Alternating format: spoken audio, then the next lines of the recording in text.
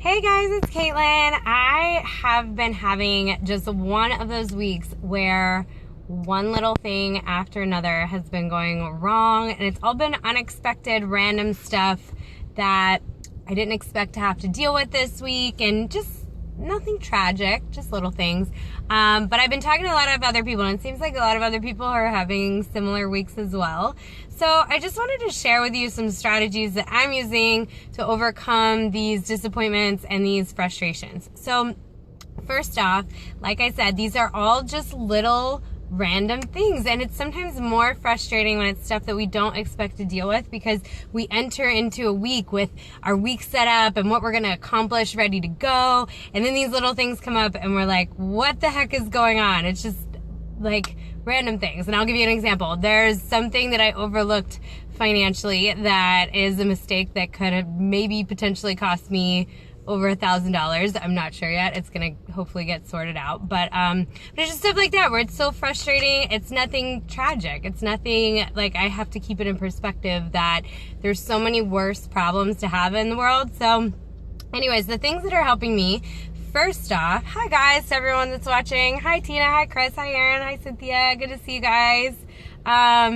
So the first thing that's helping me is just to keep it in perspective, like I already described. So to remember that there are so many bigger problems in the world, that little disappointments that can come up are just frustrations that are the normal ebb and flow of life. So I always think about it in terms of, let's say you had an apartment building that you had to rent out, and there's 12 apartments. There's always what they call a vacancy rate if you're a landlord, where it's almost like a thing that you have to factor into your budget to assume that there's always going to be some vacancies, or that there could be at certain points of the year, that sort of thing.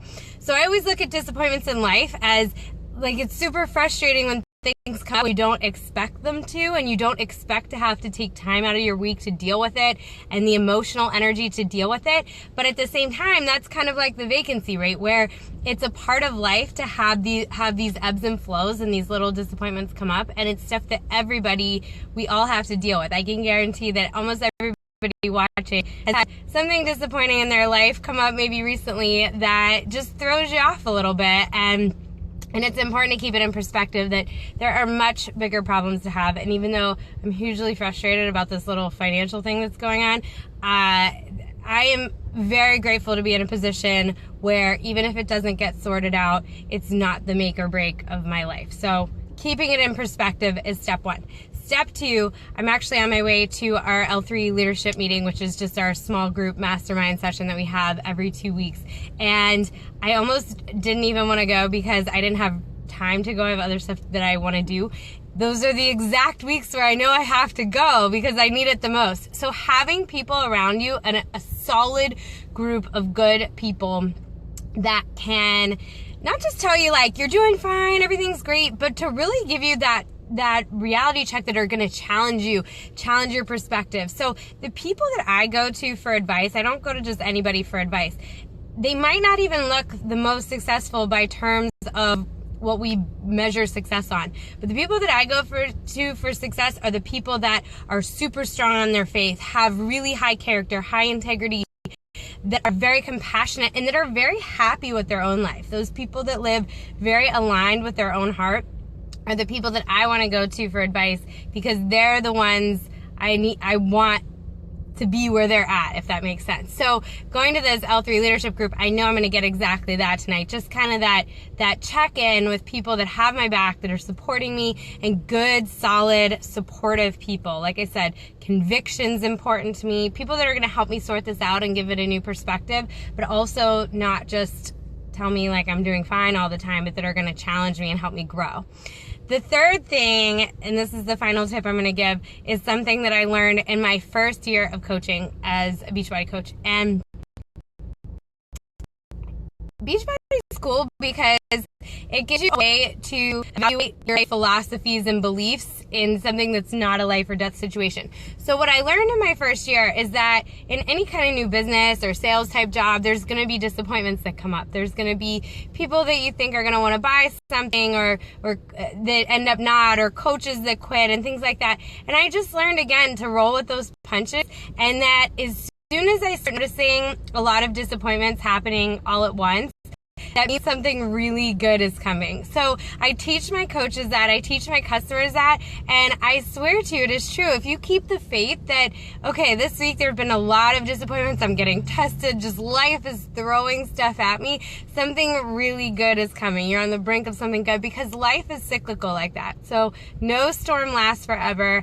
It's always the darkest before dawn. We know those phrases are tried and true, and it helps me to stay aligned and to have faith if I keep that in mind while I'm going through the disappointments, that it's going to be short-lived and good things are around the corner. So those are the things that are helping me. Hi to everybody else who's watching. Hi Doug, hi Jay, hi Joel, hi Yvonne, hi Mary, good to see you guys. Yeah, Mary, you totally get it. And I'm sure everybody has situations in their life that relate to that. So just a reminder, if like the many people I talked to this week that are also having just a lot of random weird stuff come up, it just something that is in the air this week. Just remember, we're all in this together. So keep things in perspective. Just the mere fact that we're living, breathing, we live in America, we have internet to be watching right now. Keep your problems in perspective and remember that there's a lot worse things that could be happening. So these little disappointments that come up, always keep them in perspective. The second is to have a group of people that are always going to have your back. Like my friend Vaughn right there giving me the thumbs up in the comment. I'll see the outside thumbs up too. So thank you for having, to all of you people who are such awesome role models that I can always lean on and to have for advice and support, and that are going to challenge me to stay in the game and keep that good perspective no matter what's going on. And then the other thing is just to know that the more disappointments that come up, the more there's going to be great things right around the corner. So keep the faith, hang in there, we're all in this together. And thanks for watching. I hope you guys have a great week. And if you're going through any kind of disappointments, I hope it turns around and is better than you can even imagine super soon. Thanks, Rob. Yes, exactly. You're one of those people that always has such a good perspective. So thanks again, guys, for watching. And I will talk to you guys all soon. See ya.